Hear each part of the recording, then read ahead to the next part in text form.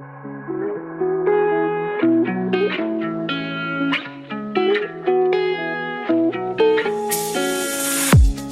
listening to an AINC original podcast. We believe you don't have to do life without a compass. Let us be your guide on this amazing journey. Welcome to Navigating Life with Vision Loss. Hello, I'm Kim Wardlow. I'm your host for NLVL. I'm also the executive director here at Aftersight, so I just want to welcome you to this episode. We are in our month talking about emergency preparedness and how you can be prepared and maybe some things you haven't thought about in that process of trying to be prepared if an emergency should happen. So today I have Monika Weber. She's a coordinator at the Boulder Office of Disaster Management, and she's going to be doing three episodes with us. So lots of different aspects of emergency preparedness. So welcome, Monika. Thanks for joining us. Yes, thanks for having me. I'm excited to talk about this very important topic and break it down into hopefully some more bite-sized pieces to give people tangible things that you can do at home to get more prepared. That will be great. I think sometimes we all know we need to be prepared, but sometimes it just seems a little overwhelming and it's easy to put off. And then all of a sudden, maybe you're in a position where that would have been really helpful and you need to evacuate or you need to be prepared for something. So that will be very helpful for our listeners. Do you want to share a little bit about your background and how you got involved in emergency management? I know that's not what you've done your whole career. So yeah, that is correct. I guess I took a non-traditional route into emergency management, which being in this field now just over 2 years, I found that that's not as uncommon as I thought. I thought everyone had, they've gone to school for it or they've been a first responder. And that's not necessarily the case. But my background, my first job out of college was in radio. So I worked in radio for 4 years and then transitioned into working in higher education, in residence life specifically. And that kind of helped me hone in some skills that I think have been really transferable to my role now. And that working in residence life, you're dealing with crisis intervention, things like that Yes. for students in the halls where they live on a college campus, which can be sometimes a disaster in and of itself. So that right. disaster management worked out pretty well to use some of those same kind of critical thinking skills and working on the fly to do the work that we do during disasters, which is this important coordination and kind of finding the gaps that are going on for consequence management in our community and figuring out how to support there. And then when we're not in disaster times, my role is primarily our community education around personal preparedness. So it really pulls off some of those education things that I used to work with and transitions it into a really nice way to get to work with the community in a larger way, which I love. So now in your current role, different types of disasters that you're working with and crises that you're working with, what are the most common that you all see in your office? Yeah, I would say that for us and along the Front Range, wildfires by and far our number one hazard that we experience. And so that sometimes a lot of our preparedness information is tailored or a little more focused towards the evacuation side or what you do in regards to fire, even with just smoke impacts and other things that can occur around that, even if you're not in direct harm's way from the fire. So that's one. And then communicable disease is currently, based on our assessment, the number two. And so that can be human to human, like we all lived through a pandemic, right? But then things like communicable disease from the zoonotic side, so animal to animal, and that we see really impact like our ag industries or those sorts of things.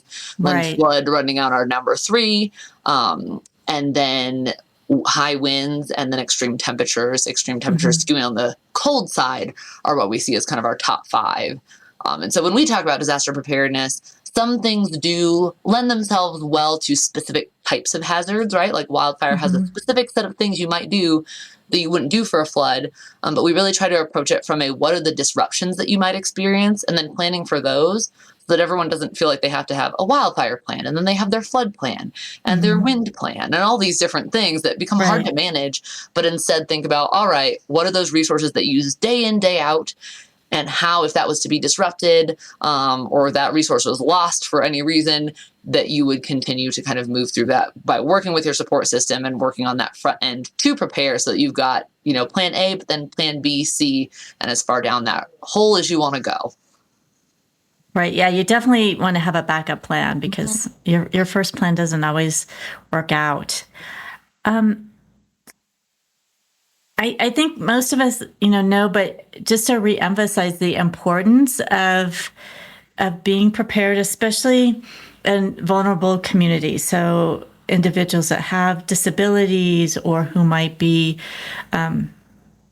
older, or just that might need to think about some extra steps. Yeah. I think it's super important. The more prepared you can be, the more time you're buying yourself to be able to make those decisions that you can feel confident in. So I think that, for me, with everyone in our community, is a really important first step. And especially if there might be mobility challenges, other things that you might be depending on or relying on in different ways, really helpful to be able to plan ahead and also know that you might be support system for someone else as well, right? So not just putting anyone into a box of this is how we all must be. You have these identifiers, so you must, need assistance, or that you might be the one assisting your support system. And so really making sure that folks take kind of that communal approach to it, because in a disaster, the normal supports that might be in place, like transportation or anything like that, might not be running as normal, right? Because services and things are getting diverted, either because they're being impacted by that hazard or because all the transportation resources that normally exist are getting funneled to get people out of that immediate danger evacuation area. So the more that we can plan individually ahead of time, it helps responders and our other resources get to the people that need it most critically first in that impact area. And then if we can have some semblance of a personal plan, that helps us to just alleviate that and make sure those resources can get to those who need them most critically first. And with our disability population, making sure that those support resources and support systems are all in place as well to get people the assistance that they might need during times of disaster and afterwards as well, which we'll talk about in another episode. But that kind of recovery piece and what you do after the disaster has happened. Right. Well, and first off, you have to be able to get the alerts. Yes. And I know sometimes that's a question. Are people aren't sure how to get alerts, or they have questions about, well, I live in one county, but I work in another county, or one city versus another city. Do I sign up for alerts in both? Like all of those types of questions. What are the alert systems that people should be aware of? Yeah, so the alerting system can be very complex, and that's a really good question, and I appreciate you asking it because I teach workshops as part of my job that we do about quarterly or by request, and I always tell people, I'm like, we're not going to go off the rails with questions during the alert part because we could be here for an hour and a half just alone digging into all the intricacies of that. But no matter where you live, there is going to be some type of opt-in alert system is typically something that exists. And so for areas along the Front Range, etc., we have these opt-in systems. And those are really critical to sign up for because they're what are going to get you the information the soonest and make sure that it gives you that, again, buying that time to make different decisions. So what we have in Boulder County, we have BOCO Alert, which folks can sign up for at bocoalert.org. And that's kind of our primary. That's what'll get folks that information via phone call, text message, email, or TTY TDD systems, or all of that. If you want all, when you create your account, you can select what you want. You can enter in multiple phone numbers, multiple email addresses, all of that to make sure that you can access it in whatever way fits your need best. That's our primary. And with that, folks can add up to 5 addresses. And that's a really, really critical part that I want to stress, just because oftentimes folks sign up, they put their home address in because you have to put some kind of address to be able to sign up. And then they leave it at that. But then not thinking about, do they have school-aged children? Are they themselves in school? Do they work somewhere? Do they have community center, organization, somewhere that they go often, that address isn't in there? If they don't list the address in their account, they're not going to receive alerts near that address, if that makes sense. So that one's all dependent on what you list in your account is what you're going to get alerts for. And so for me, for example, I have like my home, my workplace, and the place that I volunteer on the weekends in there, all of which are in Boulder County. That's another really critical part. If you live in Broomfield and you sign up for BOCO Alert and put your Broomfield address in, it's not going to know what to do with it because it's not in Boulder County. So that's our first one. And then for folks, if you feel like 5 addresses is just not enough, because there's some folks where you're really mobile around the county. Like I know I've got lots of friends in different places around the county as well. ReachWell is another tool that we have that takes all the same information from BOCO Alert and just pushes it through this app called ReachWell. And ReachWell was acquired by our communication centers. So our 911 centers are the folks that actually send out the alerts. So they got this kind of software app system to be able to get that alert information out in multiple languages. So again, it takes all that BOCO Alert information. And then for people that download ReachWell, which is free, so it's the words the word reach. So REACH, well, WELL, all is one word. If you search that on a smartphone and download it, and then search for BOCO Alert within that, you'll add the little widget and that'll start getting you those alerts. And then folks can select whatever language they would like. It has over 120 languages that people can choose from. And so it'll just get those BOCO alerts translated and then they pump through the app. So those are kind of our 2 main ways. And then another thing that I always like to just add in there because it's very weather related is that through BOCO Alert and ReachWell, because that's all the same messages, right? We don't send out things that are like National Weather Service types of alerts, right? So if there's just or tornado warning or there's a flash flood warning, those things aren't necessarily going out over BOCO Alert unless responders have assessed, oh, yep, we're seeing this creek start to rise up. We need to send people an additional warning. But if folks live in areas that you think might be high risk, let's say for flooding or other types of really weather-based hazards, getting a weather radio is a really great tool because it's like having a personal siren inside your house, basically, so that that'll go off anytime. National Weather Service are the ones that send those alerts out, and those radios allow them to go through that system. So that's another really great tool that I just encourage folks to have, especially folks that they live more rurally, because sometimes cell service or phone service in general can be spotty. That'll give them kind of that tip off. If we have severe thunderstorms and you've got to, make sure you get inside to stay safe because there's going to be 2-inch hail with it, or, we've got flash flood risk or those kind of things. So those are the main alerting types. Right. Yes. I think I get alerts, weather system, National Weather Service alerts like through my phone. And that may just be through an app on my phone as well. And that can be really helpful. Do all parts of the state, I know, you're in Boulder County, so obviously that's what you're dealing with, but do all parts of the state have some type of alert system? Yeah, everywhere will have some type, and most places will have something that you can opt into. There's alert systems that exist on the national scale that folks don't have to opt into that are cell tower based. And oftentimes folks think they're signed up because they'll get those, which kind of come through in that Amber Alert style. So it'll make that really loud blaring noise on your phone, and then there'll be some kind of message that folks can then get that pops up just kind of on that home screen if you have a smartphone. But what that doesn't account for is that won't give you an advisory or a warning face. So some of those kind of earlier alerts, those are only used when it's kind of dire and you've got to take action now, right? Whether that's climb to higher ground during a flood, evacuate, shelter in place. So we really encourage folks opt into whatever system. And if you do a search on the internet or contact your local public safety official, so that's fire or law enforcement, they can guide you to how to get signed up for that. If internet access isn't something that's accessible for you, but checking that out and make sure that you get opted in, because again, that just buys you that time. And it's a way to get credible information from the source so that you can make a good decision and an informed decision about what next steps you're going to take, right? Because one of the things we like to tell people is always trust your gut as well. If you are, out where you live in the community and you hear, smell, see, sense that something is not right? There seems to be some danger, whether that's I smell smoke, I there, like, I guess I'm very smell focused with a lot of things, but I think about, that's something where I'm very sensitive to. And so I'm like, oh, this smells kind of chemically. I don't know that I love that. I'm probably going to try to get away from that. And so we really encourage folks, first and foremost, always remember, trust that gut feeling, because oftentimes when we have alerts that do go out, it's because someone in our community called 911 first and said, I just experienced this thing, or, I heard from a neighbor this thing is going on, and I'm calling to let someone know it's happening, right? So you might be that first person that is kind of triggering the alerts to go off eventually, right? And the way that happens too, I'll just explain that, because this is all complex stuff. But let's say I'm a community member. I call 911 because I smell smoke. Oh my goodness, there's a large plume somewhere. I call that in 911, let them know, I think there's a fire near me.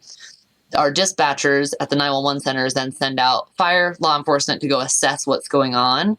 And then they, as first responders that have expertise in, these different areas, depending on what the hazard is, make an assessment of what severity level of alert that we need to send out. So in Boulder County, it's advisory, warning, or order being the most severe, right? And that looks different in different areas. Some places use like pre-evac and evacuation. So it very much depends, because we don't have any statewide or national language that's used around that, which again adds to that complexity level. But getting familiar with what those are in your area, and then the responders determine what that area is and then get those alerts sent out. So again, knowing that you might be that first initiator that causes them to go out and look at it. So if that is the case, just make sure to remember to take action to keep yourself safe. You don't have to wait for an alert. And if you ever feel unsafe for any reason, it is okay and encouraged to take action. And that's something that might feel silly to say, of people saying like, well, why?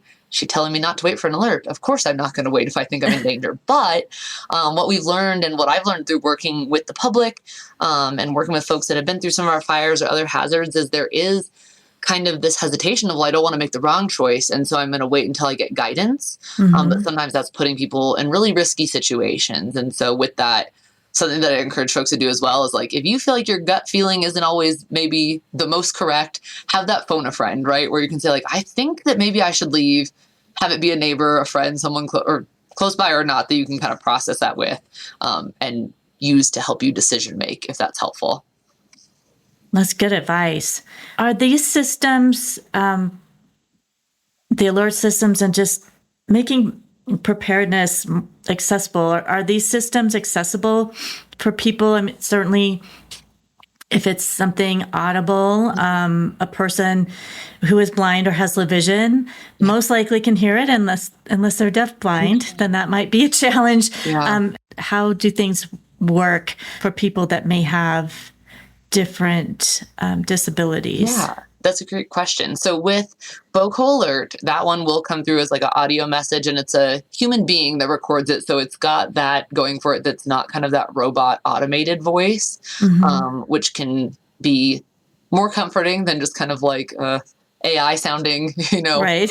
Disembodied voice coming through. But it's one of our dispatchers that will record that message, and that'll come through. So that's one way to get that auditory side. And same thing if folks have screen reader capabilities with, let's say, email, they can choose to have that email. And then if that screen reads, that works well for them. And that, I think, is all based on personal device setup.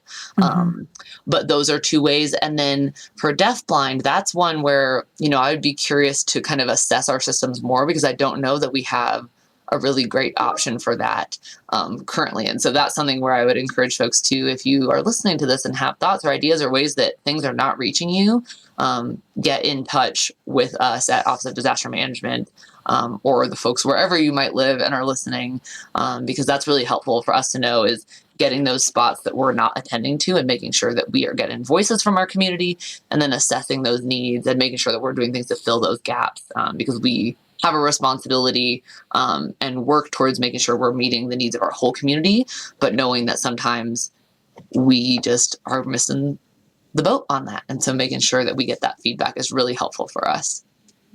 Yeah, we definitely encourage folks to do that, whether obviously they can contact you directly, but even if they contacted us, we could pass that along.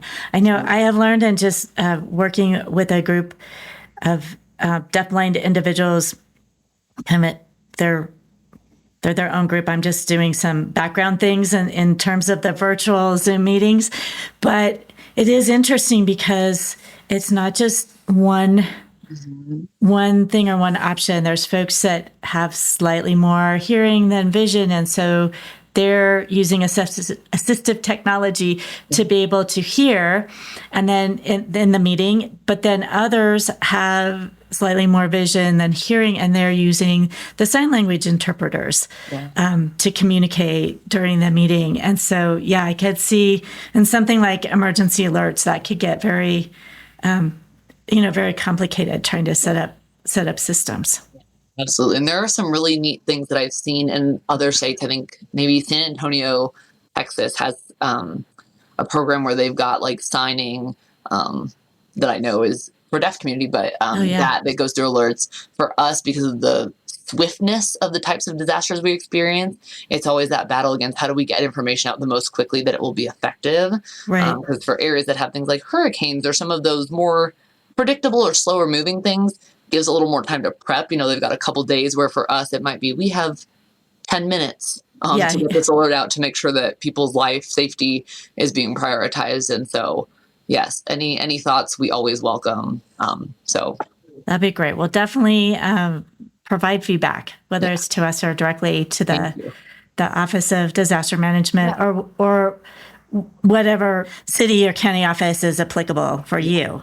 Yeah. I'm glad sure they would link up to that too as well. If someone, I'm happy to share my email personally as well, so folks can get in touch. But then if they're trying to get in touch with folks in their county or home jurisdiction, because even some municipalities have their own emergency managers even within our county, I'm happy to help get folks linked up to that so that they can get the answers or just give that feedback and input that's really so critical. Super.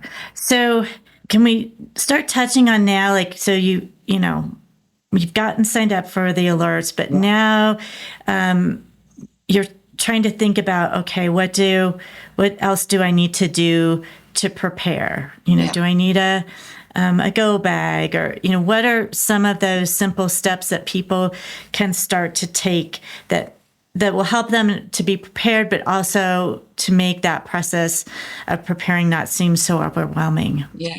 Yeah, I think that, with it, trying to find those actionable steps, the main three that I always tell people in like large buckets when we talk about preparedness is always that sign up for alerts. So we've hit that, check the box here.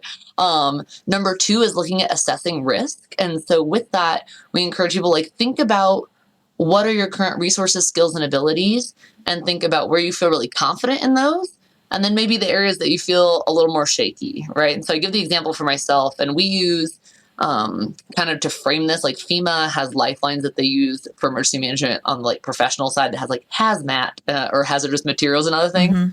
Don't touch that if you're just your average community member, but they have some that are applicable for community members. So things like food, water, shelter, communications, transportation, power and gas, those kind of things that we might utilize day to day. Health and medical is another one.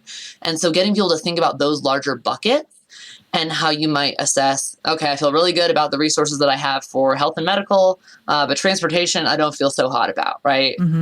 So for myself, I know, like, I moved, I can't say recently anymore because it's been almost a year, but I don't know all my neighbors that well. And my old community, I knew neighbors pretty darn well.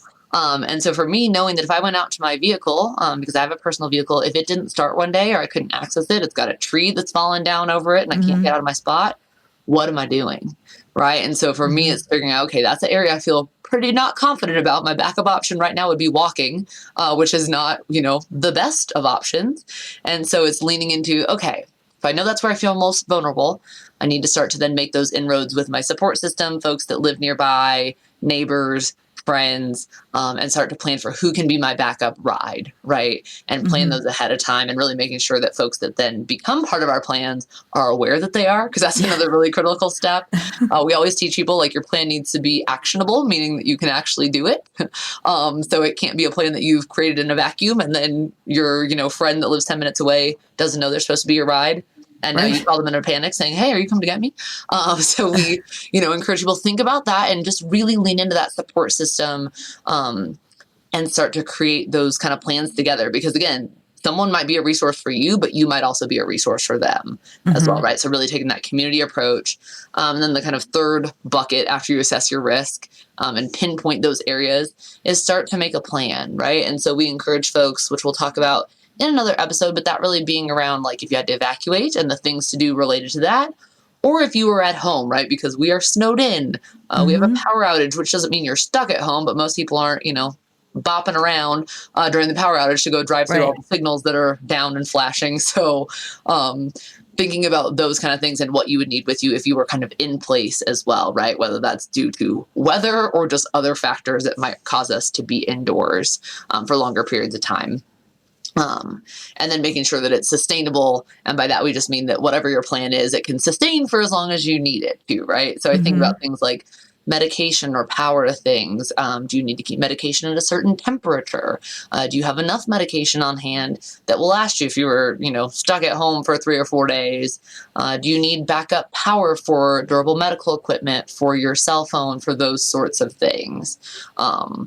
Which we'll go into that more next time. But really thinking then and picking those areas that you feel maybe the most vulnerable and then picking out changes that you can make, right? So for me, it's getting in touch with my neighbors to figure out who can be my ride. But then other steps that might be, simpler as well, because I really try to figure out how do we break this down into bite-sizable chunks so that if you're someone that's like, well, I need a generator to power, durable medical equipment I have.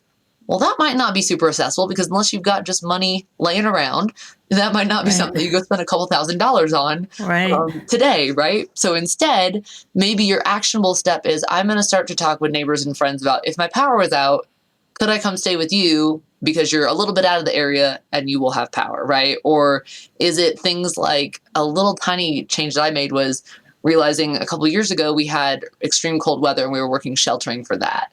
And we were driving to and from work, but it was, negative 14 out and no one's really out on the roads because it's cold and icy and all this. And we were leaving here at 11 o'clock at night.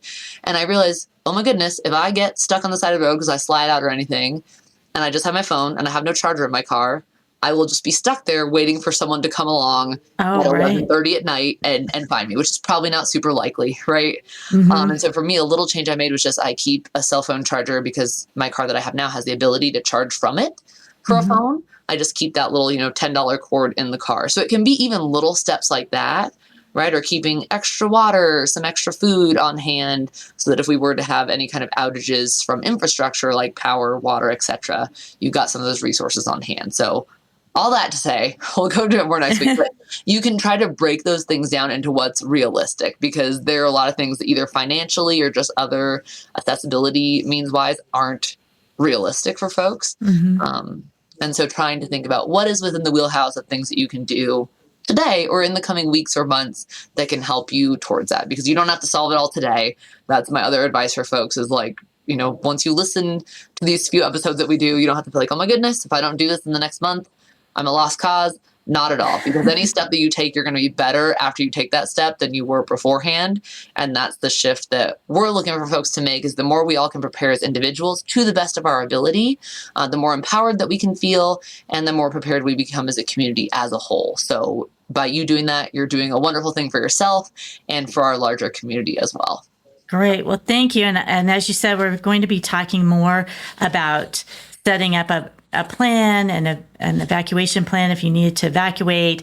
And I'm sure we'll talk about things like if you have a service dog or pets and, all of those things that add on, or a child you're responsible for, all those things. Absolutely. As we get into a little bit deeper into the planning phase. So we'll do that next week. But thank you for the information today and sharing the information about the alert systems and the possibility there of putting multiple addresses and knowing that if the addresses you have are in different counties, that you need to look at each county to sign up and all of those types of things. But I think that's great information for folks because that's the first thing you need to, you want to have your plan But you also need, if that emergency comes, you need to know it's there and that you need to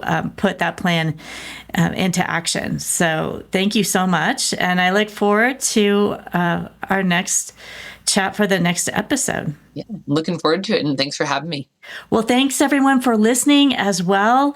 As always, if you have any questions, feel free to contact us here. You can reach us at contact@aftersight.org or by phone. And we always look forward to hearing your comments or suggestions or any input that you may have.